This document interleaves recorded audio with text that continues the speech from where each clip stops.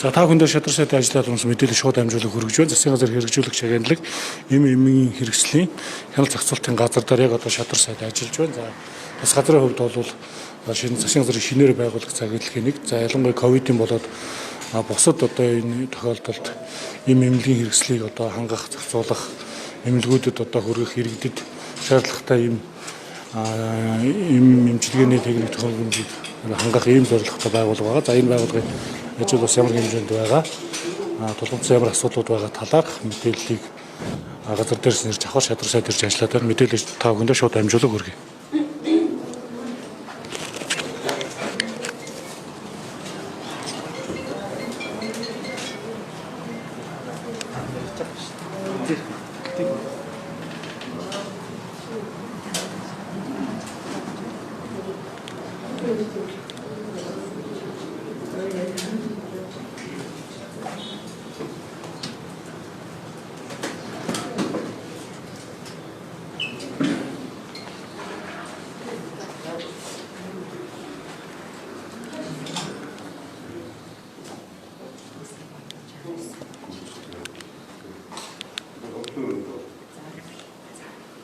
Тэглэх үеийн тийшээ гэлжээ тийм.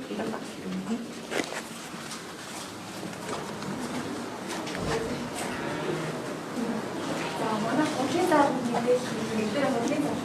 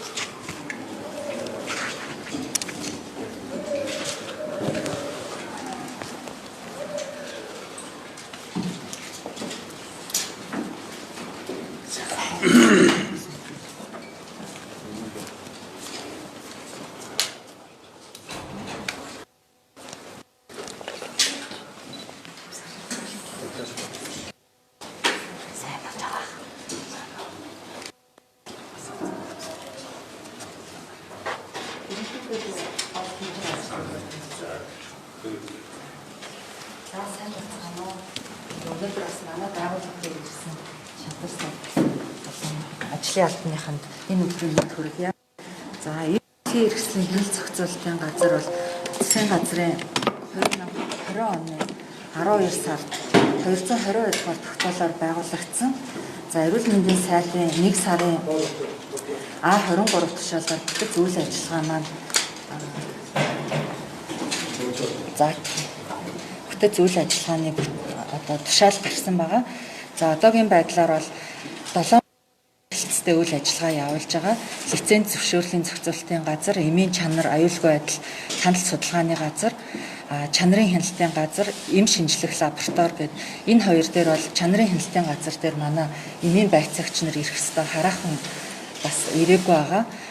Эм шинжлэх лаборатори дээр бол хүнсний аюулгүй байдлын лавлгаа лабораторийн эмийн хяналтын лабораториос манад ирэх ёстой гараа ирээгүй байгаа.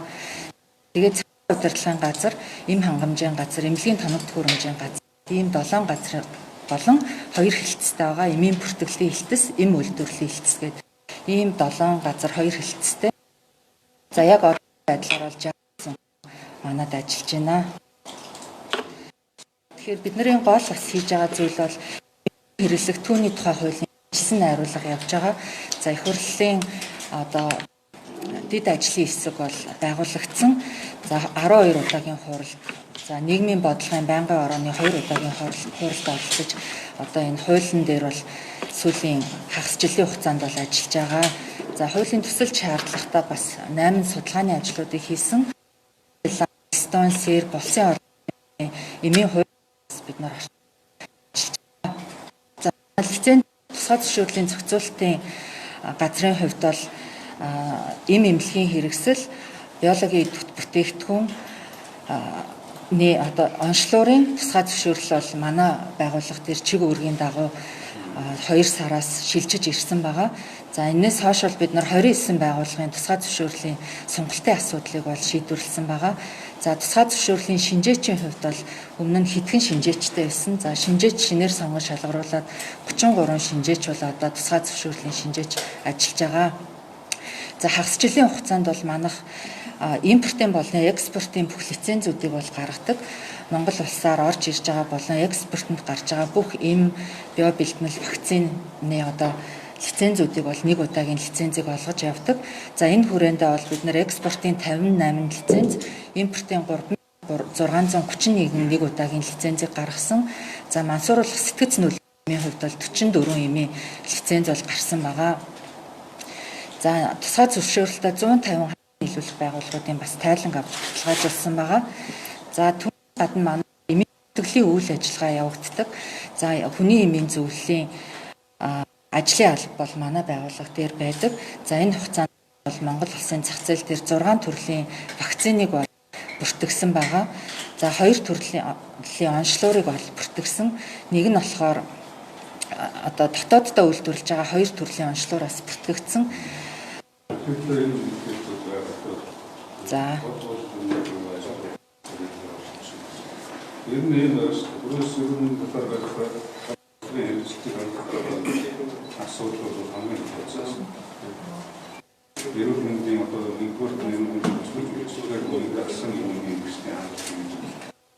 Өөрөөр хэлбэл мөслөөрөсний өнгөрийн нэмийн хэсгээр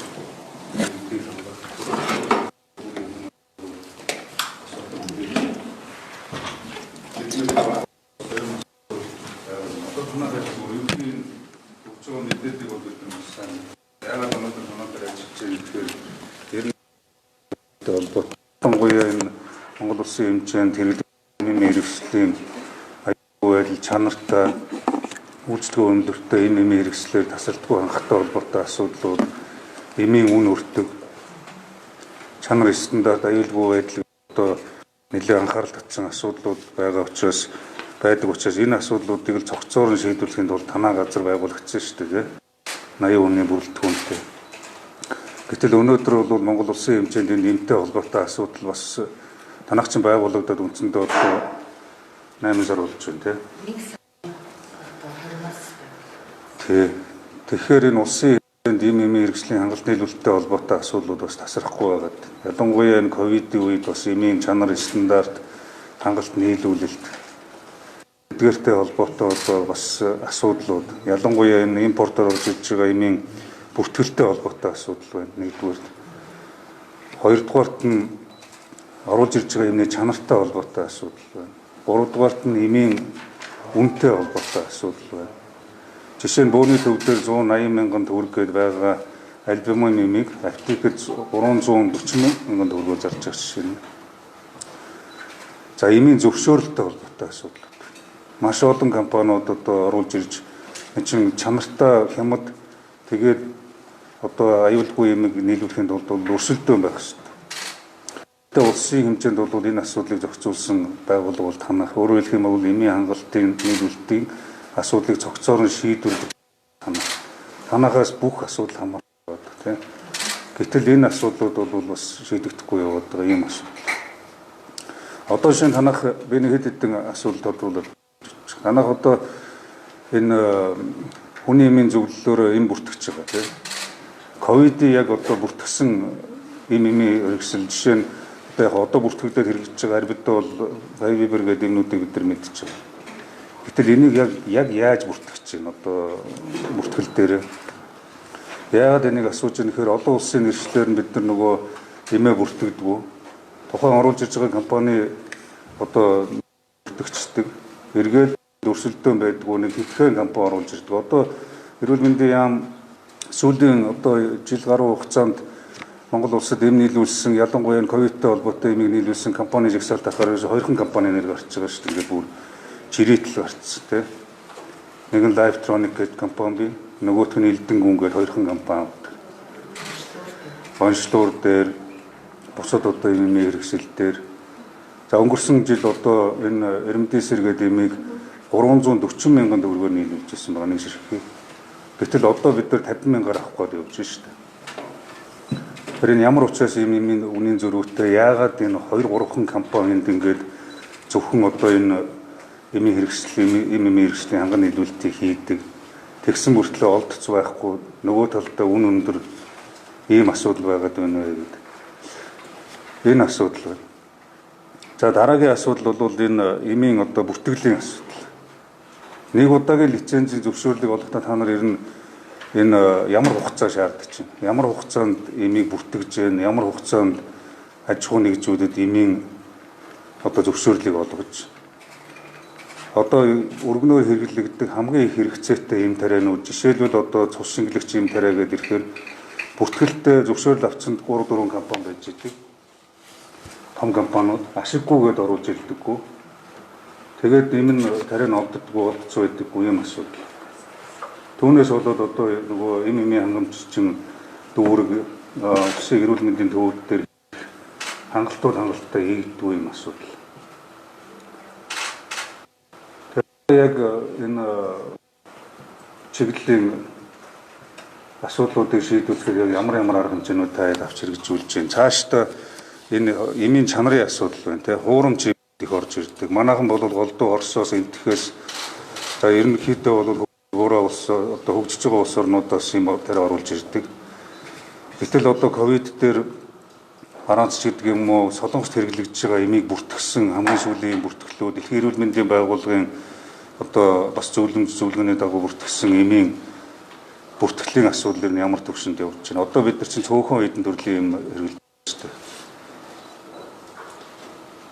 Тэгээ хөгжингүү улс орнуудад маш олон төрлийн эм тариа нөгөө бусад төрчин сэргийлэх тарилгууд гараад идэг. Манад орж ирдэггүй, оруулж ирдэггүй. Яагаад гэвэл хэдхэн компаниудын байнгын хямдхан оруулж ир шахдаг нөгөө шахааны бизнесүүд явдаг ийм асуудлууд бас энэ шалгалтын мөрөөрч бас гарч ирэн. Дээрээс нь мэдээлэлээр ч орж ирж байгаа. Энэ дээр ямар арга хэмжээ авч хэрэгжүүлж байна. За эрүүл мэндийн даатгалын шугамар олгож байгаа эм тарианы бас чанар байхгүй. Заримдаа капсулууд нь хоосон байж идэг дотроо. Үйлчлэл муутай. Хаанаас яаж орж ирсэн тодорхойгүй. Мөн л бас нэг 2-3 компани оруулж ирдэг юмнууд байж идэг. Тэгээ оруулж ирдэг сууг нь нэг тэгсэн мөртлөө одоо чанар стандартын асуудал дээр бас анхаарах асуудлууд байна. Эдгээрийг нэг товчхон хариулдаг гэж.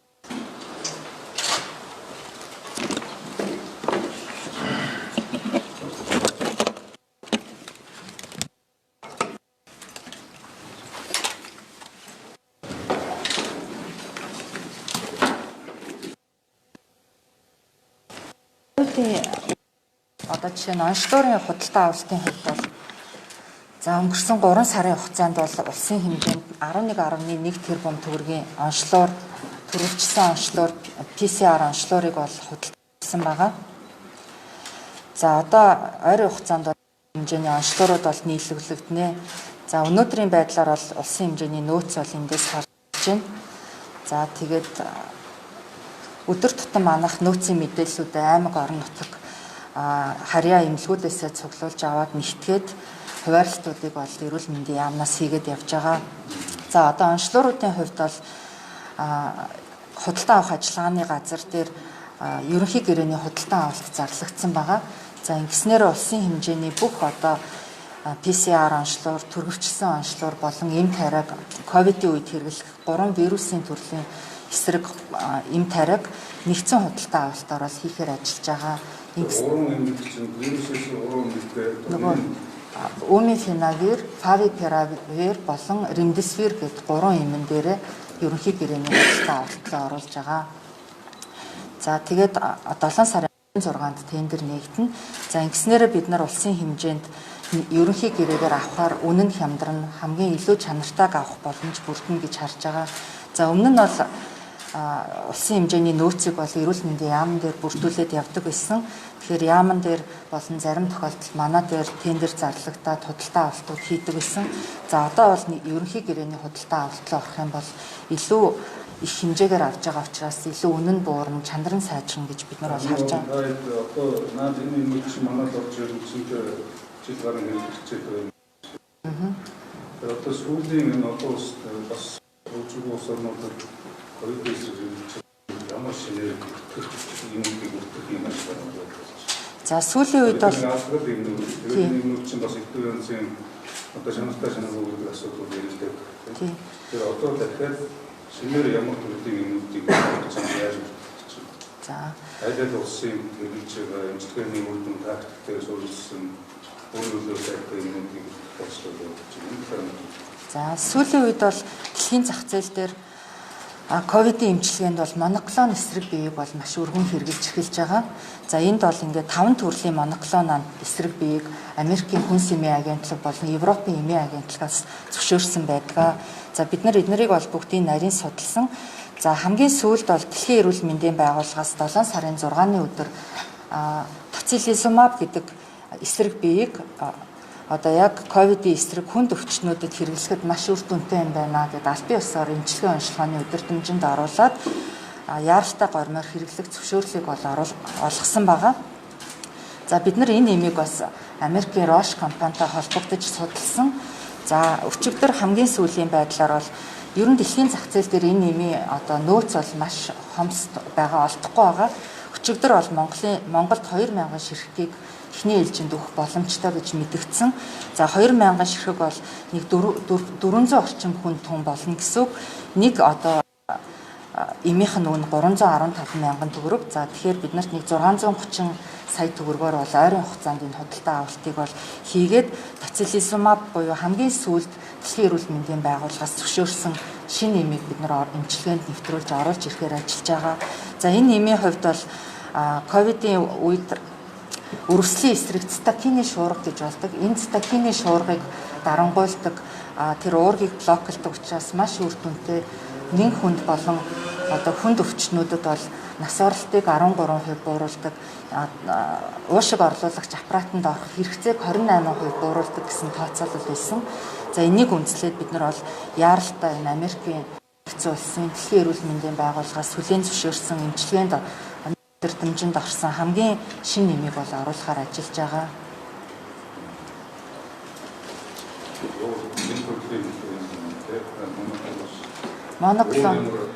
Моноклон эсрэг бие байгаа Roche үйлдвэрийн. За тэгээд үнийн хувьд бол дэлхийн зах зээл дээр бас нэлээд үнэтэй байгаа. Жишээ нь Австральд бол нэг тонн нь $410 зарагддаг. Америкт бол 2300 орчим доллараар зарагддаг юм билээ. Тэгээд Дэлхийн эрүүл мэндийн байгууллагаас эмийн үнийг бууруулах зорилгоор бусад маш олон үйлдвэрлэгч компаниудад энэ эмийг үйлдвэрлэх эрхийг олгооч, зөвшөөрлийг олгооч гэсэн чиглэлийг бариад явж байгаа юм билээ. Тэгэхээр нэлээд олон үйлдвэрүүдэд үйлдвэрлээд явах юм бол явандаа эмийн үнэ нь буурна гэж бид нар харж байгаа. За ремдесивир эмийн хувьд ч гэсэн анх бол манай зах зээл дээр орж ирэхдээ үнэ нь бол нэлээд өндөр байсан. 88500-аас 241 мянган төгрөгийн хооронд байсан. За одоо энэ жил орж ирж байгаа үнийг бол яг нөгөө үйлдвэрлэгчээс авж байгаа үнийг харахаар 45600-аас 384 мянган төгрөгөөр орж ирж байгаа. Тэгэхээр үйлдвэрлэгч тус бүрийн үн өөр байгаа. Тэгээд тухайн компани болгон одоо авж байгаа хэмжээ нь өөр учраас эмийн үнийн хувьд бол ийм зөрүүтэй гараад байгаа. За жишээ нь энэ оны хувьд бол ийм олон аж ахуйн нэгжүүд бол ремдесивир эмийг оруулж ирсэн байгаа. За эндээс бол үнүүдийг нь бол харж болно. Тэгэхээр оруулж ирж байгаа одоо тоо ширхгээс хамаарат үнэ нь өөр байгаад байгаа. Үйлдвэрлэгчээс хамаарат. За бидний хувьд бол 7 удаагийн хүний эмийн зөвлөлийн хурлаар хүсэл тавьсан бүх аж ахуйн нэгжүүдэд ийм оруулж ирэх эрхийг нь бол нээлттэй өгсөн. Тэгээ 34 аж ахуйн нэгж вирусын эсрэг энэ 3 төрлийн эмийг импортлох зөвшөөрөл авсан. Тэгэхээр зөвхөн ганц нэгэн компани өмнө нь оруулдаг байсан бол энэ жилээс 34 аж ахуйн нэгж оруулж ирж байгаа. За бид хэд 26 аж ахуйн нэгжтэй бол санамж жижиг байгуулсан эмийн үнийн талаар за тухайн эмэн дээр жижиглэнгийн болон одоо бөөний худалдааны хамгийн дээд үнэ нь хэд байх үйлдвэрлэгч тус бүртээ компани тус бүртээ яриад гэрээ байгуулад энийхээ дагуу бол бүх аж ахуйн нэгжүүд бол энэ үнийн дээд хязгаараа мөрдөөд ажиллаж байгаа. Энээс бол доогуур үнээр зарах ёстой гэсэн шаардлагыг тавиад ажиллаж байгаа. Үнийн бүртгэлтэй тайлбар одоо жишээ нь импортоор оруулж зөвшөөрөгдөж байгаа компаниуд ямар хугацаанд болж байна? За ковидын эсрэг бол бид нар 7 төрлийн эмийг бол сая 6 сарын 30-ны хүний эмийн зөвлөлийн хурлаар бүртгэсэн. Тэгэхээр ремдесивир 2 төрлийн үйлдвэрлэгчийн, омифенавир бол 4 төрлийн үйлдвэрлэгчийн, за фавипиравир 1 үйлдвэрлэгчийн ингээд 7 төрлийн эмийг бол бүртгэсэн. За бид нар бол одоо гамшигын нөхцөл байдал, онцгой нөхцөл байдал гэдэг үүднээс аж ахуйн нэгжүүд материалаа бүрдүүлэх юм бол бид нар яаралтай гормоор ер нь бол хамгийн хурдан байдлаар хуралдаад явж байгаа. За жишээ нь эмнүүдийн хувьд бол 7 хоногийн дотор бид нар хурлаа зарлаад материалуудыг нь бүрдүүлээд хүний эмийн зөвлөлөөр одоо хурлаар оруулаад бүртгэх ажлыг бол зохион байгуулсан байгаа. За дараагийн элчинд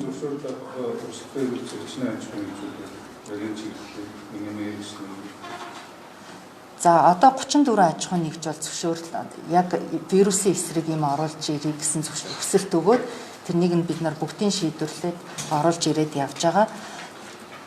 За бид нар одоо хүлээгдэж байгаа аж ахуйн нэгж байхгүй. Өнгөрсөн 7 хоногт бас бид нар яаралтай гормоор баяр наадамч гэсэн хүний эмийн зөвлөлийг цахимаар хуралдуулаад хүсэл тавьсан бас бүх аж ахуйн нэгжүүдэд бол импортын нэг удаагийн лицензийг олгоод тушаалыг гаргаад явж байгаа. Вирусын эсрэг эмийн одоо үнийн дээд хязгаарыг бол бид нар ийм маягаар гаргасан байгаа. Тэр зурган дээр байгаа шиг. За омифенавир эмийн хувьд бол 6 аж ахуйн нэгжийн 6 үйлдвэрлэгчийн байгаа. Фавипиравир эмийн хувьд бол 3 үйлдвэрлэгчийн манай зах зээл дээр орж ирж байгаа. Ремдесивир эмийн хувьд бол 14 төрлийн үйлдвэрийн ремдесивир эм манай зах зээл дээр бол орж ирж байгаа.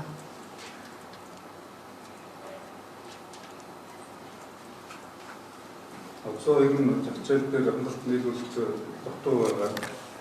Хэрэгцээ шаардлага өндөр байгаа. Олдцмоотой байгаа яг нэг юм шиг байна. За одоо бол яг зах зээл дээр альбумин, меропинем, имипинем, левофлоксацин, метилпреднизолон, пропофол, кетамин гэдэг юмнууд бол ерөнхийдөө хомсдолтой байгаа. За кетамин нэмийн хувьд бол бид нар хүүхдийн санд хүсэл тавиад хүүхдийн сангаар бол татаа авалтууд хийгдээд одоо эмнэлгүүдээр тарагдаад явж байгаа. За бусад эмийн хувьд бол энэ 6 эмийг бид нар бүх ханган нийлүүлэх байгууллагууд өөц тасалдж байгаа учраас яаралтай бүрдүүлэх шаардлагатай байна гэж ярилцсны дагуу одоо 7-8 сард бол ийм хэмжээний эм тариа бол одоо нийлүүлэгдэж байгаа. За левофлоксацин нэмийн хувьд одоо ерөнхийдөө зах зээл дээр бол байгаа. Меропинем, имипинем эм бол 1 сая 7 хоногийн хугацаатай ерөнхийдөө бол тасалдсан. Ялангуяа носын иргэдийн төвлөрийн зүйлээр чинь тасалдaltaа хангалттай нийлүүлэхгүй ажлын ашиглаж чадахгүй байгаа саний төвлөрсөн байгууллагын юмуд байсан. Одоо энэ тасцээр за яг өнөөдөр бол жишээ нь Авико дээр 50000 ширхэг хилтээр буутсан байгаа. За Бериш дээр бол бас 1048 ширхэг өнөөдөр буутсан байгаа. Эрүүл мэндийн сайдын тушаал одоо өнөөдөр гарангуут бид нэг удаагийн лицензийг гаргаад үдээс хойш одоо эмийн компани боломжтой байгаа. За зарим одоо жишээ нь Энто компанийн хувьд бол 50000 ширхэг меропинем, 6000 ширхэг имипинем уг нь бол аль наадмын өмнө ирсэн. Гэхдээ ирэн дээр гацчаад одоо хүртэл бид нар авч чадахгүй байгаа. Бас асуудал гарсан. За бид нар бол улсын онцгой комисслоо хүсэлтүүдээ өгсөн байгаа. Израилийн байгууллагууд энэний өсөлтөд холбоотой хамт төхөөрөмжийг ямар нэгэн цаг хугацаа хүүгээр одоо оруулж бүх чиглэлүүд өгсөн харамжуудыг аваад ажиллаж байгаа. Тэнд хэр удаж байгаа юм бэ? Тэнд бараг 10-аад томчлоо. бид нар уг нь өдөр болгон л яриад байгаа. Тэгээд ирээн дээрээ бүр нэлээд цаана ачаагаа авч чадахгүй байгаа учраас манай хэлээр орч чадахгүй юм гэсэн тайлбар хэлээд энэ нэмийн хувьд бол ингээд авч чадахгүй. Энэ хэрэгслийн тэрийг одоо яг татсан өөртөө хийгээшлүүд бол өрчөлтэй явуулж байгаа шүү дээ. Өсөө сайн дээр анхаарч байна. За. Зүгээр араа нэг бичгээ явуулж тэгээд одоо орчих юм бол надад чи араас явдаг юм байх шүү. Араас нь үйлчлэх хэрэгтэй. За. Бид нар бол өдөр болгон араас нь буцтаад ер нь бол явдаг. За.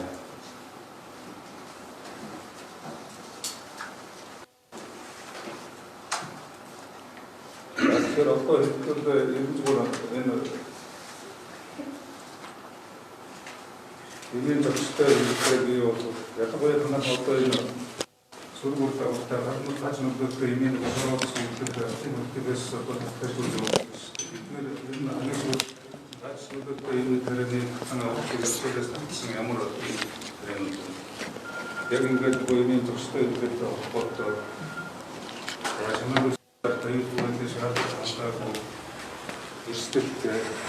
Хүүсүрэн тодорхойгүй юм нэрвэсэлтэй бол одоо ямар асуудал байна? За хамгийн сүүлийн үед бол энхийн шүүгээр компанид үйлдвэрлэсэн тархины шингэлээр чанарын За тэр бол дотоод бид нар танахны хэлсэн гэж л тийм. Нитроксалин нэмийн хувьд бол бид нар бас зах зээл дээрээс бүхэлдээ татаж авсан. Лег фармацевтикийн компани Хаана үйлдвэрсэн юм уу? Словен улсад үйлдвэрлэсэн Лег фармацевтикл гэдэг бүр шийсний замын халдварт дуудаг нитроксалин энэ бол доторх агуулгын шинжилгээний байгаа хавдар үүсгэх эрсдэлтэй бодисын хэмжээ өндөр байгаа учраас зах зээлээс эргүүлэн татъя гэсэн чиглэл ирсэн үйлдвэрлэгчээс нь тавьсан. За энэний дагуу бид нар зах зээлээс бүхэлдээ авсан манай нэмийг Хичээр авсан юм аа. За 4 сард татаж бүхэлдээ улсын хэмжээнд бол татсан байгаа. За тэгээд Вьетнамын бол зөвхөн лег фармацевтикл энийг байгаа. Түүнээс гадна нитроксалин дээр яг ижил төрлийн Оросын албаны улсад үйлдвэрлэдэг эмийг бол бид нар дахиж импортоор оруулж ирэхгүй гэдэг шийдвэрийг хүний эмийн зөвлөлөөс гаргасан. За энэний дагуу бүх энэ хамгааллын хөлбөр байгууллагууд энэ эмийг бол дахиж импортлохгүй гэдэг мөн эрүүл мэндийн яамны одоо бүх салбар зөвлөлийн хангалтын бичгийг явуулсан байгаа. Цаашид эмчилгээ онцлогоонд нитроксалин эмийг бол хэрэглэхгүй гэсэн чиглэлийг бол өгч ажилласан байна.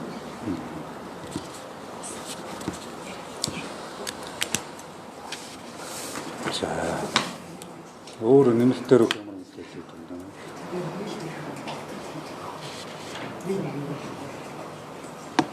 Тэр ийм одоо жижиг сараад байгаа танаа байгууллагын одоо үүрэг оройлж өглаа. Ялангуяа энэ хүн амын эрүүл мэндийг хамгаалах засгийн газрын одоо эрүүл мэндийн талаар авч хэрэгжүүлэх бодлого шийдвэрийг зохистой үр дүнтэй хэрэгжүүлэх. За тэгээд нийтдээ эрүүл мэндийн салбарын шинжил өөрчлөлт чанар стандартыг сайжруулах. Ялангуяа энэ эмнэлгийн тусламж үйлчилгээгээ түүнийг дагсан эмийн хэрэгслийн чанар стандартын асуудлыг нэг мөр зэгцлэхийн тулд одоо засгийн газраас танаа байгууллагыг байгуулсан байна шүү дээ. Тэгэхээр танаахан өсөө сайн одоо идэвхтэй өндөр зохион байгуулалтаа ямар нэгэн нуглаа гаргахгүйгээр түргэн шуурхаа ил тод нээлттэй ажиллах шаардлагатай. Нэг хоёрдугаарт бол ямар нэгэн нуглаа гаргаж болохгүй. Одоо яагаад манай монголчуудын улсад эмийн асуудлууд их хүндрэлтэй байдаг вэхээр бүртгэхээсээ эхлээд нуглаа гардаг. Олон улсын нэр нэршлэр нь бүртгэдэггүй. Одоо та бүхэн тэр бүртгэлээ хийхдээ олон улсын нэр нэршлэр нь бүртгэж олон нийтэд ил тод нээлттэй одоо мэдээлэх ажлуудаа өсөө эрчимжүүлэх шаардлагатай. Тэгэхгүй бол нэг компани нэрээр бүртгэгчдэг. Тэгээ зөвхөн тэр компани оруулж ирвэл хэрэгэлдэг. Тэр компани ийм оруулж ирж байгаа чанартай байна уу, чанаргүй байна уу тэнд ямар ч одоо хяналт байхгүй. Бусад ижил төрлийн аж ахуйн нэгжүүд нь өрсөлдөх, үнээр өрсөлдөх, чанараар өрсөлдөх. За үйлдвэрлэгчийн одоо бас чанар стандарт аюулгүй байдлыг хангасан энэ үйлдвэрээс одоо өрсөлдөөнийг бий болох асуудал байхгүй болчихж байна. За эмийн зөвшөөрөл болгоно гэдэг бол асар том одоо сүлжээ бий болсон юм болж байна. Энийг бол танах бас нь цааш нь үйл ажиллагаагаа бас ил тод явуулах дээр анхаарах хэрэгтэй. Нэг эмийн одоо зөвшөөрөл авах гэж бараг бүхэл бүтэн хэдэн өөрөө байр суурь амлаж яж авдаг гэдэг ийм одоо ярианууд хүртэл байдаг. Энэ бол оргуу яриа биш. Ялангуяа энэ цаг үе засгийн газар одоо авилга хэл ахуултаа, хүн сурталчилгаа тэмцэх зохицтой холбоотой одоо бас энэ төрийн үйл ажиллагааг ил дод нээлттэй болгох асуудал эргэж байгаа учраас ямар нэгэн байдлаар хүн сурталчилгаа гаргадаг, нуглаа гаргадаг асуудал байж байна. За 3 дугаарт нь эрүүл мэндийн одоо дүүргийн эмнэлгүүд эмийн хомсдолтой байна. Эм тарианы хүн дээр өвчлөдөг, альбумын авчир, гэрээсээ авчир гэдээ явуулдаг. Үнэтэй байдаг. Авчир гэдэл олддог байдаг. Нэгдүгээр, хоёрдугаар үнэтэй. Хүн тариануудыг би түрүү хэлсэн шүү дээ. Бөөний удааны төвд 80 байдаг. Альбумын тариа, Францын жишээ. Аптекэд 340 мянгаар зарагдж байгаа. Энэ хоёрын хооронд бүхэл бүтэн одоо нэг дахин илүү үнэтэй. Тэгээ энэ үнэтэй тариа энэ тариаг чинь иргэд авч хэрэглэх гэсээр байтал амнаас эрүүл мэндэ алдаж байгаа юм асуудал нь хаа сайгүй байна. Энийг бол одоо би нэлээд олон удаа бас та бүхэнд хэлж байгаа тийм. Тэгэхээр энэ эмийн хангалттай холбоотой хүний амнаас эрүүл мэндэ алдах цаг алдах юм асуудал байж байна. Одоо жишээ наазахын цусны бүлэгнэр дардаг, цус шингэлдэг тэр алтаглаас байгаа тийм. Тэр тариа Монгол улсад байхгүй хангалт нийлүүлэлт нь хүмүүс байна гэж. Гепарын гээд бас тариа байж байна. Тэгээ энэ тариа яагаад орж ирдгүү гэхээр зөвшөөрлийн авч нэг хэдэн том компаниуд байдаг. Ашиггүйгээд оруулж ирдэггүй. Үүнээс үүдээд иргэд эрүүл мэндээр хохирдог байж болох. Нэг компани зөвшөөрлийн авчаад өөрт нь ашиггүй учраас оруулж ирдэггүй. Бусд нь оруулж ирэхээр зөвшөөрөл нь байхгүй учраас оруулж ирч чаддгүй. Энэ бол бодиттой одоо нөхцөл байдал те. Та нар өөрсдөө маш сайн мэдж байна. Тэр энэ хилдэн одоо саяны ярьж байгаа энэ хэд хэдэн эмийн одоо хомсдлыг арилгахтай холбоотой арга хэмжээг нэн дээр үе аралтай авч хэрэгжүүлэх. Дүүргийн эрүүл мэндийн төвүүд дээр эмийн хомсдлууд байна. Ирэмдээсээр тариа уур байна. За вирусын зарим эмнүүд хомс байна. Ердийн одоо бусад төрлийн эмчилгээнд хэрэглэдэг эм тарианууд сая хэлснээр эмнэлгийн одоо тэр бүртгэлийн аваад үзэхээр дандаа өөрөөсөө авчир гэрээсээ гээд бүртгэгдсэн байж байна. Эрчим дэмжлэгээний тасагт 10 хүн хэвтэж байхад 9 хүний гэрээсээ тариа авчирээ гээд. Тэгээ авчих боломжтой ч байна, боломжгүй ч байна. Тэгээ цаг хугацаа алдчихж байгаа асуудал байгаад байгаа учраас би энийг олон дахин давтчихдаг. Тэгээ 10 одоо курс явах байсан бол нэг курс явах байсан бол нэг ширхгийг хийгээд тасалддаг орхигддаг. За тоног төхөөрөмжийн асуудлууд. Танах бол үндсэн одоо 2 чиг үүрэгтэй байгаа шүү дээ. Эмийн хангамж, чанар стандартын өндөр шаардлага хангасан эмнэлгийн тоног төхөөрөмж. Эмнэлгийн тоног төхөөрөмжүүдээ бас одоо бүрэн ашиглалтанд оруулах, ашиглах. Зарим эмнэлгүүд дээр одоо хяналтын эрчим дэмжлэгээний аппаратууд дутуу ажиллаж байна. Даралтны хэмжилтдэг аппарат нь ажиллаж байхад зүрхний одоо цогц хэмжилтийг нь ажилтгүй ч юм уу. Өөрөөр хэлэх юм бол цогц ажиллагаа байхгүй. Тариа шахдаг нөгөө пампууд нь хангалтгүй. Гэх мэт ийм одоо дутагдaltaй асуудлууд байна. Шинээр баахан тоног төхөөрөмжүүд нийлүүлдэг эмнэлгүүдэд тэрний ашиглалт хангалтгүй. Зарим нь одоо ашиглаж одоо мэдэхгүй хүмүүс байна. Сургалтын сайн явуулах хэрэгтэй. Нийлүүлэгчийн тоног төхөөрөмжийн ашиглалт, үйлчилгээ, хэрэглээ, эмчилгээний онцлогоонд хэрэглэгдэх одоо тэр нөхцөл боломжийн сайн анх тал дээр анхаарахгүй бол сум дүүрэг хөдөө орон нутгаар бахан аппаратууд явуулдаг, тэндээ ашиглагдахгүй, хэрхэн яаж ажиллуулахаас мэдэхгүй байж байгаа газрууд байж байна. Тэр энэ асуудал дээр бол бас анхаарах хэрэгтэй. За хамгийн сүүлд хэлэхэд энэ эмийн хангалт нийлүүлэлттэй холбоотой би сая хэлсэн. Одоо ингээд өнгөрсөн хугацаанд эм нийлүүлсэн компаниудыг харахаар ерөөсөө ингээд шоргоолжны мөршиг ерөөсөө 2-3 компаниуд байж байгаа. Ингээд 3 ууц ягаад 2 компани байна.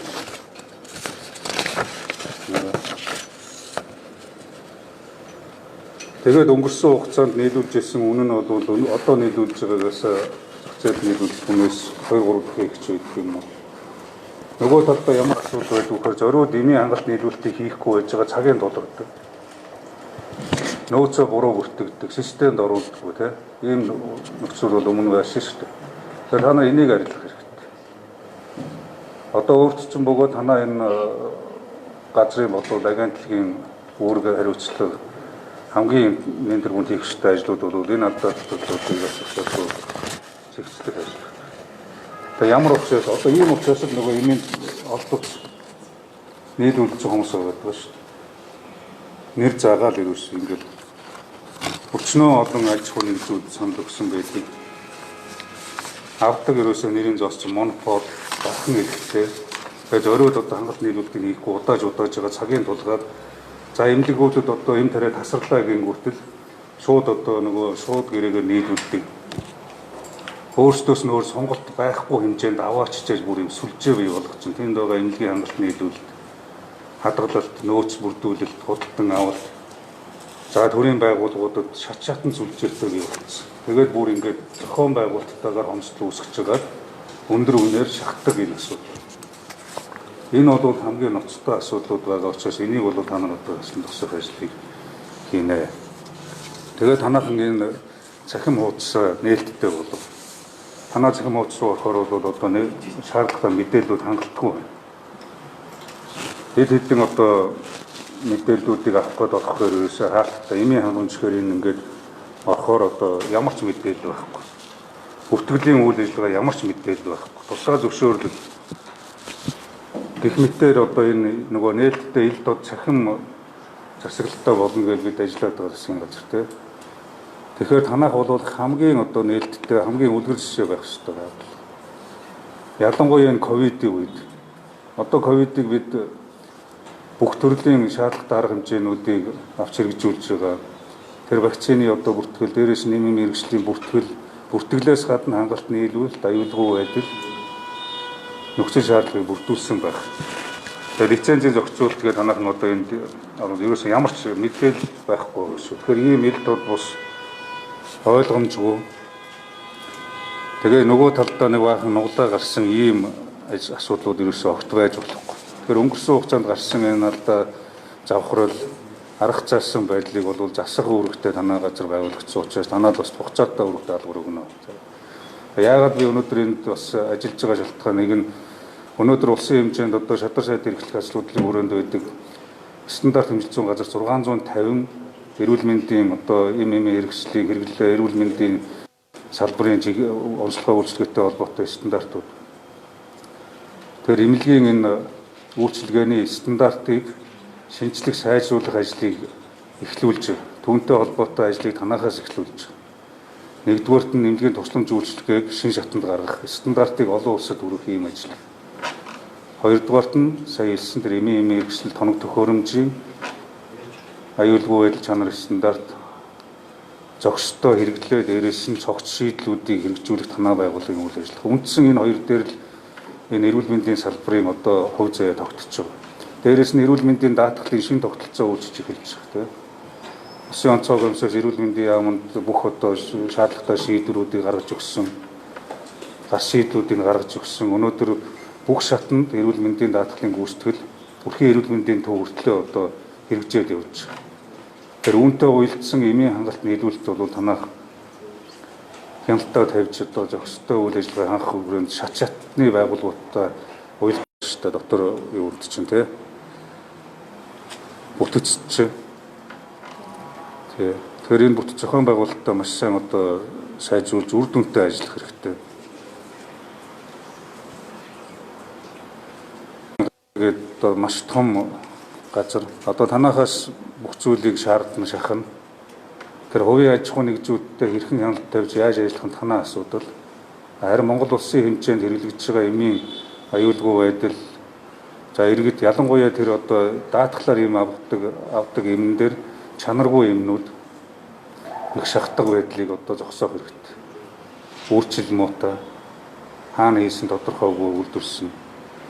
За энэ микробиологийн лабораторио танах маш сайн одоо үйл ажиллагааг жигдүүлэх хэрэгтэй. Үйл ажиллагаа нэглэсэн байгаа юу гэхлээгүй вэ? Лаборатори бол манай бүтцэд орж ирээгүй байгаа. Тэнд одоо засгийн газрын тогтоол гарч иж манайх шиг. Тэр ажлаа төрөвчсөн шуурхаа танахыг хийх хэрэгтэй. Энэ лабораториудаа ажиллуулахгүйгээр та бүхэн эмийн чанар стандарт аюулгүй байдал хяналт тавина гэдэг бол үлгэр. Учираас энэ микробиологийн лаборатори Дээрээс нь одоо тэр химийн лаборатори, олон жилийн химийн лабораториуд гэдэг танах чинь үндсэн 3 лабораторитой байна гэж. Энэ лабораторийн үйл ажиллагаагаа жигдлэх хэрэгтэй. Түргэн шуурхай үйл ажиллагаагийн зөвшөөрлөх шаардлагатай байна. Аймаг орон нутагт ханган нийлүүлэгдэж байгаа эмийн хэрэгслийг хангалт, тээвэрлэлт, аюулгүй байдал, аймаг орон нутагт эмийн хомсдлууд бас их бий. Эмийн хэрэгслийг оруулж ирдэг компаниудын үйл ажиллагаад бас одоо мэдээж одоо бид нэр та нар дэмжиж хамтарч ажиллах ёстой. Гэхдээ ямар нэгэн тийм нуглаа байж болохгүй л гэдэг тийм. За эмнэлгийн тоног төхөөрөмжийн газар гэдэг танаахны ажлыг одоо жишээ нь улсын онцгой комисс хийгээд явж байгаа шүү дээ. Нөгөө хүчил төрөгчийн үйлдвэрүүдийг угсрах, өргөтгөх, шинээр бий болгох. Дээрээс нь одоо хүүтэн хэлхээний тоног төхөөрөмж, вакцины хүүтэн хэлхээний агуулга. Гэтэл энэ бүхэн танаа хийх ёстой, хариуцах ёстой ажлууд. Энэ ажлуудад та нар бас одоо идэвхтэй оролцож энэ хүмүүсээ сайн хариуцлагатай ажиллуулах хэрэгтэй. Чиг үүргийг маш тодорхой болгож өгөх хэрэгтэй. Одоо хүчил төрөгчийн боллоо, хүчил төрөгчийн өтгөрүүлэгч, амьсгалын аппарат, хүчил төрөгчийн үйлдвэрүүд, бэсэг үйлдвэрүүдийг 18 одоо аймаг сумдад бид нар бий болгож байгаа тийм. Сүүлийн сарын хугацаанд гэтэл Улаанбаатар хотын 4-5 эмнэлгийг бид хүчил төрөгчийн бэсрэг үйлдвэрт нь холбож байгаа. Их усрын бий болгож байгаа гэдэг арга хэмжээнүүдийг авч хэрэгжүүлж байна. Энийг бол танаахан өөрсдөө гардаж хийх ёстой ажил. Үүнээс хойш бол та нар өөрсдөө гардаж хийгээд явах. Тэр ажлын хэсэгт нь орох, зохион байгуулалтаа хийх гээд ийм асуудлууд биш. Тэгээд чанар аюулгүй байдлын асуудал хариуцсан энэ хүмүүсээ сайн ажиллуу. Дахиад би саяны өгсөн одоо хэд хэдэн үүрэг чиглэлүүд байгаа тийм даалгаврууд. Энэний бас хэрэгжилтийн одоо цаг хугацаатай нь уялдуулж улсын хэмжээнд эрүүл мэндийн тусламж үйлчилгээний чанар стандартыг сайжруулах үндэсний багийг бүрдүүлэхээр ажиллаж байгаа. Стандарт хэмжилт зүйн газар эмийн одоо чанар дээр тавих мэрэгжлийн хяналтын байгууллагын чиг үүргийг өшөө одоо тодорхой болгох бүтэц зохион байгуулалтууд хийгдэж байна гэдэг. Ингээд дандаа уялдаа холбоотой цогц ажлууд засгийн газрын бодлогын хүрээнд хийгдэж байгаа. Тэгээд танаахан энэ дээр хамгийн чухал үүргийг гүйцэтгэж ажиллах ёстой учраас эргээд энэ дээр бас гүйцэтгэлээр нь хяналт тавьж явна. За өөр танаа байгууллагаас агентлагаас бидэнд хандаж хэлэх анхаарах асуудлууд, шийдвэрлэх асуудлууд юу? Бидний хувьд бол одоо хамгийн түргэнцээс эмийн чанарын байцаагч, за орон нутгийн байцаагч авч үйл ажиллагаа цаг хамгийн Тэр ажлууд гэж чиглүүлж байна. Лабораторийн одоо бид нар чинь хүний вакцины лаборатори татан болгоод малын вакцины лаборатори болгоод 10 жил болж байна. Саяхан одоо бид засгийн газар улсын онцгой комиссаар шийдвэрлэж нийгмийн эрүүл мэндийн төвдөр хүний вакцины лаборатори үйл ажиллагааны сэргийлж байгаа. Био бэлтгэлийн 10 жил зогссон үйлдвэрээс сэргээгээд иммуно болгуулын, гамма болгуулын тэгээд иммунуудад дотооддоо үйлдвэрлэж эхлэх ажлууд бас хийгдэж байна. Тэгээд түүнтэй холбоотой одоо лабораторийн үйл ажиллагааны чухал мэргэжлийн хяналтын байгууллагатай хамтарч ажиллах уялдуулах ажил чинь өөрөө бас нэгэн чухал ажил учраас энийг анхаарч яаралтай үйл ажиллагааг хэмжүүлж хэлбэл мэргэжлийн хяналтын байгууллага би бас одоо өөрөө анхааруулж хэлье. Анхаарч араас нь бас хяналттай. За өөрөө юм. За сая нэг хэсэг бол нөөц бүрдүүлэлтэн дээр бол төсөв хөрөнгө бас хангалттай биш учраас хугацаа тулж зарлах, хомсдох асуудлууд бол нэлээд гарсан. Тэгэхээр одоо яг ерөнхий гэрээний худалдаа авалтлаа ороод явах юм бол энэ асуудал гайгүй болно гэж бид бас харж байгаа. Жишээ нь ремдесивир эмийн хувьд бол бид нар улсын хэмжээний нөөцөө тооцоод өвчлөх магадaltaй хүмүүсийнхаа нөөцийг тооцоод ийм хэмжээний эм тариа биднэрт хэрэгтэй гэхээр яг улсын төсвөөс гарч байгаа мөнгөнд жишээ нь бидний хүссэн хэмжээнээс 15% ч юм уу 20%-ийнх нь л эмийн худалдаа авалтууд хийгдчихсэн. Тэгэхээр цаана үлдэж байгаа хувьд нь яалтчгүй тэр нөөц дутагдчихсэн учраас яг энэ санхүүжилттэй холбоотойгоор бидний асуудлууд бол нэлээд байсан. Одоо бол өөрсдөө болдог асуудал байна. Одоо бол гайгүй болох гэж бодож байгаа. Тийм. Одоо үйл тогтоомжийн хүрээнд эрүүл мэндийн аатлын сангийн энэ одоо гэдэг юм үүсгэлээр боловсон санхүүжилтээр бүх санхүүжилтийн асуудлыг бүрэн шийдвэрлэж байна. Одоо та бүхэнд бол ажиллах үлдчихсэн. Ажиллахдаа маш эрчимтэй өндөр хариуцлагатай ажиллах. За дээрэс нь бид засгийн газар дээр ямар асуудал дээр шийдвэрлэж байгааг эхнээс нь та бүхэн мэдж байна. Одоо энэ дэс шууд үйлдвэртэй харьцаж авах. Гадаад харилцаа нэгэн танах засгийн газрын хэрэгжүүлэгч агентлаг учраас шууд эмийн одоо нийлүүлэлтийг үйлдвэрлэгчээс нь хамгийн хямд хамгийн өндөр чанартай эмийг ямар нэгэн одоо улаагаар оруулж ирэх юм үгийг хүлээсэн учраас гадаад харилцааны ямар домжоо бид маш олон асуудлуудыг шийдвэрлэж өгч байгаа юм. Наад зах саяны ярьдаг 7-ны хатагнаас эхлээд чөтгөрчийн өтгөрүүлэгч за эмийн одоо наад ирэмтээсээр тариаг чинь гадаад харилцааны ямар дамжуулаад бас одоо хүмүүнээр авахар ажиллаж байгаа.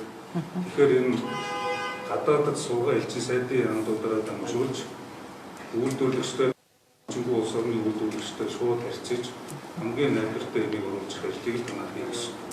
Түүний хэрэгцээ тэгээс одоо аж ахуйн нэгжүүд өөрсдөө чанартай хэмжээтэй эмийг найдвартай нийлүүлэхийг болов гэхдээ үнийг харж ус одоо саналыг авах. Нэгэн засгийн газрын хэрэгжүүлэгч агентлаг гэж байгаа учраас засгийн газрын шугамаараа ажиллана. Гадаад харилцааны ажиллаж байгаа. Хамгийн энэ ажлыг эрчимж байна. Энэ бодлогыг барьж байгаа. Тэгэхгүй бол энэ танай байгууллага байсны хэрэгч бараг байхгүй. Засгийн газар өөрөө энэ шууд ханган нийлүүлэлтэн дээр анхаарч ажиллах гэн тулд найдвартай хангалтыг хийхин тулд танай байгууллагыг байлсан. Тэгэхээр танай засгийн газрын яам ханган зөвлөлтөөр байгууллагын нэгт ажиллана. Саяны ярьж байгаа хамгийн сүүлийн юм тариануудыг яг саяны шугамаар харилцаж өөрийн хугацаанд оруулж бас хугацаатай үйлдэл байна.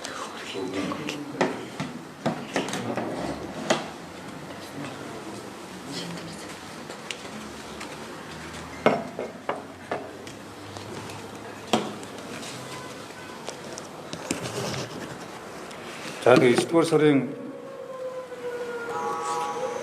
1-ээс бас зарим эрүүл мэндийн сайдын тушаал шийдвэр өдөртөмж зөвлөмжийг дагуу зарим одоо онцлог за халдварын эмийн хэрэгслийн ханган нийлүүлэлт багц за хэрэглээний заавар зөвлөмж гээд бүх зүйлүүдийг цогцоор нь нэгдсэн зохион байгуулалтаар эмийн агентлагууд дээр одоо энэ эмийн сангуудад дамжуулж хийгээд үлдэж байгаа та бүхэн мэдж байгаа тийм энэ ажлаа эрчимжүүл.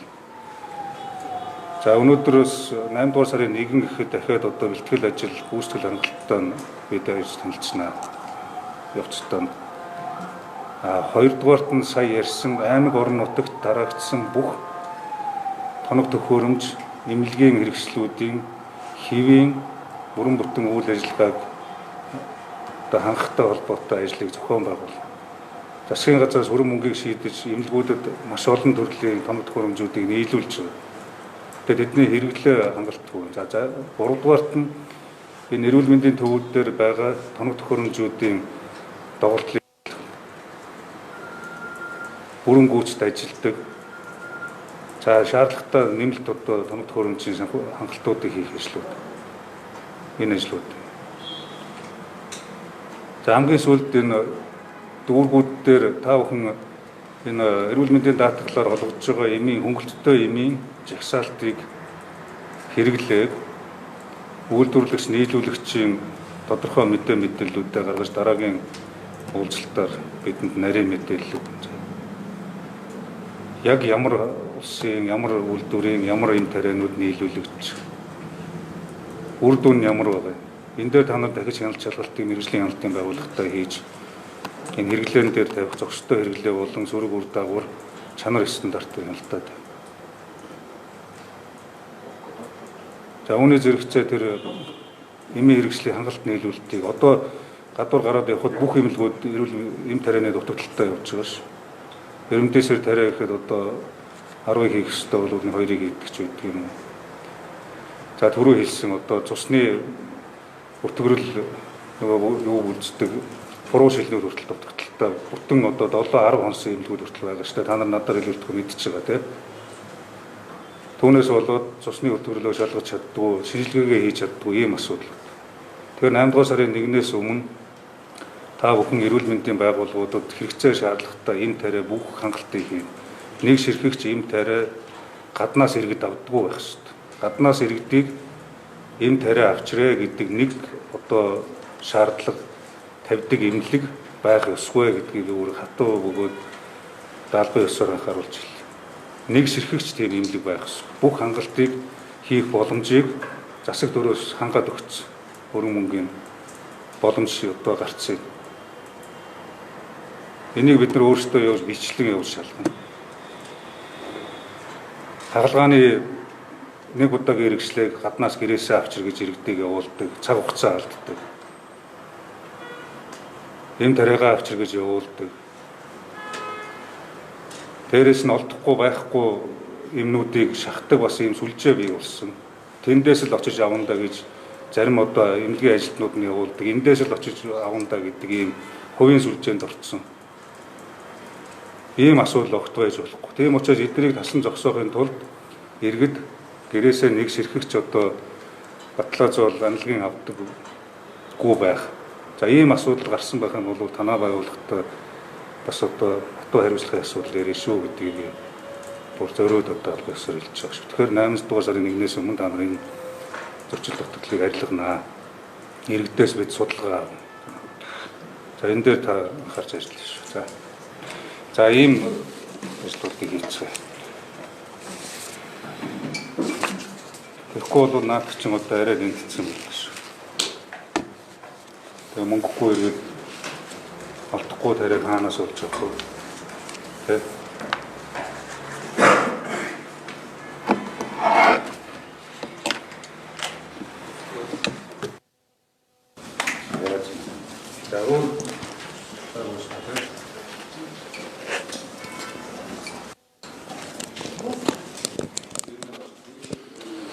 За та бүхэнд шадар сайдын ажлаас мэдээлэл шууд хамжуулан хүргэж байгаа. За шадар сайд яг өнөөдөр засгийн газар хэрэгжүүлэх шагналын эмнэлгийн хэрэгслийн хяналт зохицуулалтын газар дээр ирж ажиллаа. За энэ байгууллагын мэдээлэл сонссны дараа бол тодорхой үүрэг чиглэл өглөө. Ялангуяа одоо эмнэлэг дүүргийн эмнэлгүүд болоод улсын хэмжээний эмнэлгүүдэд бол иргэдийг эм тариагаа олж ирэх гэж гаднаас олж ирэх шаарддаг байдал цаашд байж болохгүй. Энэ чиглэлийн ажлыг хэмжүүлж хий гэдгийг үүрэг чиглэл болгож өгч байна. Зүгээр.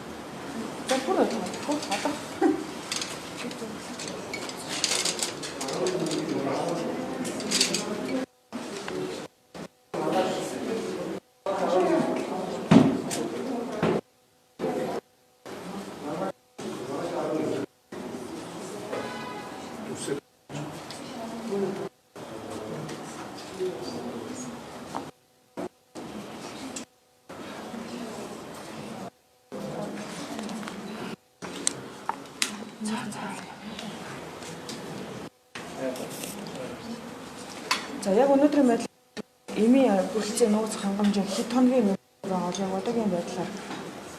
За ерөн зүгээр энэ ковидын үеийн тарианы нөөц бол хангалттай бий. Татан авалтууд нь хийгдээд явж байгаа. Гэхдээ нэр төрлүүд нь дутуу байна. Ерөн зүгээр энэ бас хангалт нийлүүлэлттэй холбоотой энэ үйлдвэрлэгч нийлүүлэгчийн нөхцөл байдлыг шалтгаалаад харилцан өөр үн өртөгтэй, за хит их үнэтэй байх. За зарим тохиолдолд бол эмийн хангалт нийлүүлэлттэй холбоотой бас дунд нь нуглаа гарах. Өөрөөр хэлэх юм бол зориуд хамсалт оруулдаг, зориуд одоо цагийн тулгаж ягаад үн өндөртөө, за тэгээд өөрсдийн одоо сонирхолд нийцүүлсэн эм тарианы хангалт нийлүүлэлтийг хийдэг ийм асуудлууд байгаа учраас энэ асуудлуудыг бас тасан зохисох ажлууд хийгдэх ёстой гэж бодож байгаа. Ямар ч байсан бол хэд хэдэн төрлийн түрүү хэллээ те одоо хэд хэдэн төрлийн эм тариануудын хангалт нийлүүлэлт дутуу явагдаж байна. Хангалтгүй нь яагаад гэвэл нөгөө ашиггүй байдаг учраас зөвшөөрөл авсан аж ахуйн нэгжүүд нь оруулж ирдэггүй. Тэрнээс болоод эрүүл мэндийн байгууллагууд энэ тарианы хомсолд орох юм асуудлууд байна. Нөгөө талаараа чанар стандарт аюулгүй байдлын асуудлууд байгаа учраас хамгийн чухал одоо асуудал энэ төрөөс одоо эрүүл мэндийн талаар барих бодлогыг зохицоор нь хэрэгжүүлэх ажлын хүрээнд чухал салбарыг одоо улсын хэмжээнд, үндэсний хэмжээнд эмийн хангалтт нийлүүлэлтийн аюулгүй байдал чанар стандартыг хангахын эмийн агентлагийн үйл ажиллагаа хамгийн чухал байж байгаа. Тийм учраас өнөөдөр энэ бас ажиллаж тодорхой хугацаатай өргөж нэгдүгээр, хоёрдугаарт эмийн хангалтт нийлүүлэлтийг одоо бас нөгөө л ярьдаг янз янзын шалтгаанууд байна.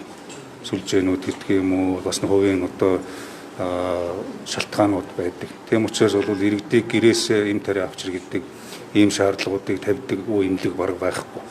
Тэгэхээр 8 дугаар сарын 1-ээс өмнө шаардлагатай бүрх арга хэмжээг авч 8 дугаар сарын 1-ээс цааш бол нэг чиргэн нэг ширхэг эм тариа гэрээсээ авчирдаг байх шаардлагыг эрүүл мэндийн байгууллага эмнэлгүүд тавих ёсгүй гэж. Ямар ч үнэтэй байсан. За амлагийн ч бай, аспирин ч бай, за тэгээд релбумен ч бай, ямар ч үнэтэй байсан. Тэгэхгүй бол одоо ингээд эмнэлэг дээр очиход бол энэ тариа байхгүй учраас энийг та гэрээсээ авчиргээд нэг ширхэгэн 180 мянгаас 340 мянган төгрөгийн үнэтэй тариа авчиргээд явуулдаг. Тэр бүхнийг дийлдэг одоо санхүүгийн чадвартай иргэд ховор байдаг.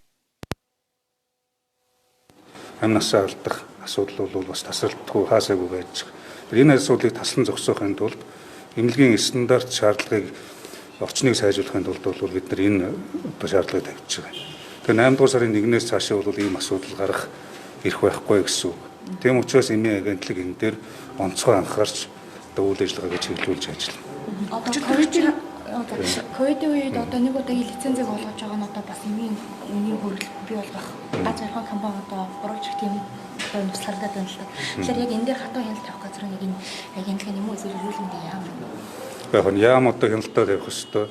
Эмийн одоо хангалт нийлүүлж энэ засгийн газрын эмийн хэрэгслийн хяналт зохицуулалтын газар өөрөө одоо зохицуулалтаа хийж бүх шаардлагатай арга хэмжээг авч ажиллах ёстой байна. Тэгжээж энэ эмийн зарим одоо хомсдлууд алга болно, үнийн хөөргөдөлт байхгүй болно.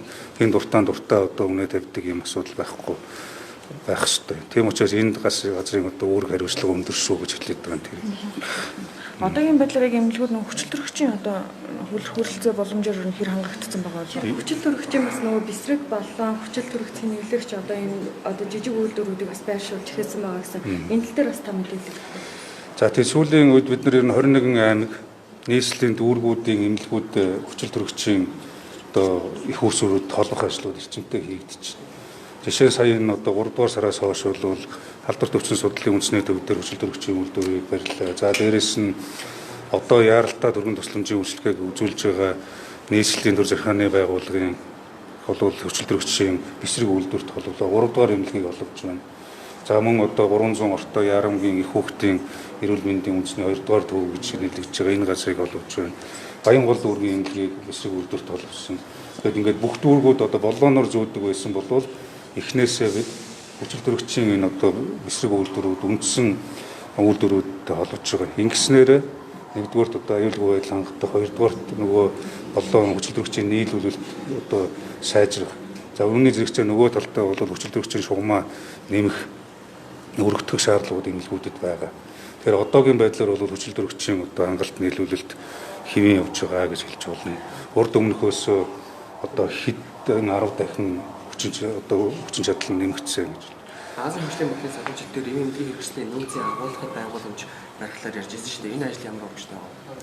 За олон төрлийн вакцинуудыг бид хэрэгжилж байгаа. Ялангуяа Pfizer, Sputnik, за тэгээд одоо өндөр хэмт хадгалагддаг 70-аас одоо хасах 70-аас дээш градус хадгалагддаг энэ вакцинуудыг хадгалах шинэ агуулгыг барьж одоо үндсэндээ ашиглалтанд оруулахад бэлэн болж байна. Энэ ашиглалтанд орсноор бол бид нөгөө татан авалтаа хангалттай хийх, за тэгээд нөөцлөх, бусад газруудаа түгээх боломж нөхцөл илүү бүрдэж байна гэсэн. Дээрээс нь бие аюулгүй байдлын 3 дугаар зорилгын лабораторио бид нэр бас ашиглалтанд хүлээж авахд бэлэн олсон хүмүүс ажиллаж.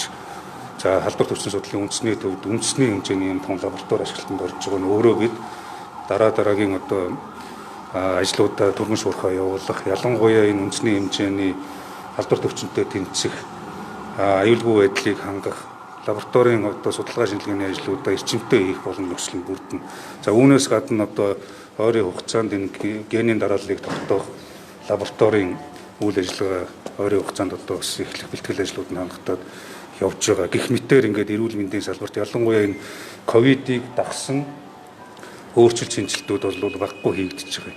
Өмнө хийгдээгүй томоохон ажлууд хийгдэж байгаа. За тогтолцооны хувьд ч гэсэн зохион байгуулалт гэдэг юм уу цаг хугацааны хувьд алдсан зүйлүүдийг нөгч одоо ажиллах юм боломж нөхцөлийг бас бүрдүүлсэн гэж хэлж байна. Тийм ч учраас одоо энэ он гарснаар бол одоо томоохон юм ирээдүйн энэ салбарын хөгжилтэй холбоотой хүн амын эрүүл мэнд, аюулгүй байдал, нийгмийн эрүүл мэндийн одоо аюулгүй байдлын хангалттай холбоотой авч хэрэгжүүлэх арга хэмжээнүүд гэдэг ингээд энэ ажлууд бас хийгдээд явж байна.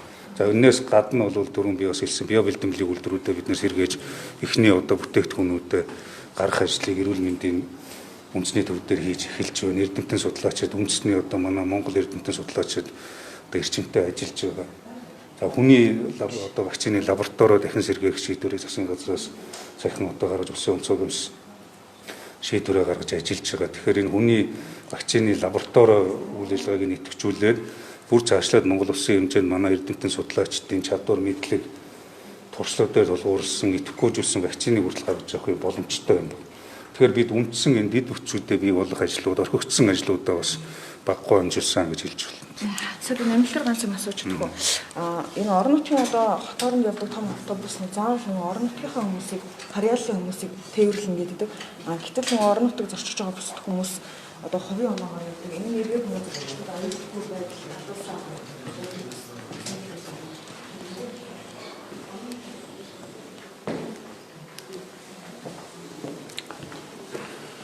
За дахинд шадар сайдын ажлаад бас мэдээлэл шууд хамжуулан хөргөлөө. За засгийн газрыг хэрэгжүүлэх чагандлаг эмийн одоо байгууллагуудаар эмийн хэрэгслийн хангах байгууллагуудаар шадар сайд ажиллаа. За дахинд бас мэдээллийн газар дээрээс нь авсан байх. За ямар ч байсан шадар сайд 8 сарын 1-ээс эхлээд энэ эмийн хэрэгслийн хялт цацалтын газрын хэмжээнд бол ямар байдлаар эмийг гаднаас иргэд авдаг байдлыг бол засаахан зүйтэй гэдэг юм өөрөг чиглэлээр та бүхэн мэдээллийг шууд хамжуулан хүргэлээ.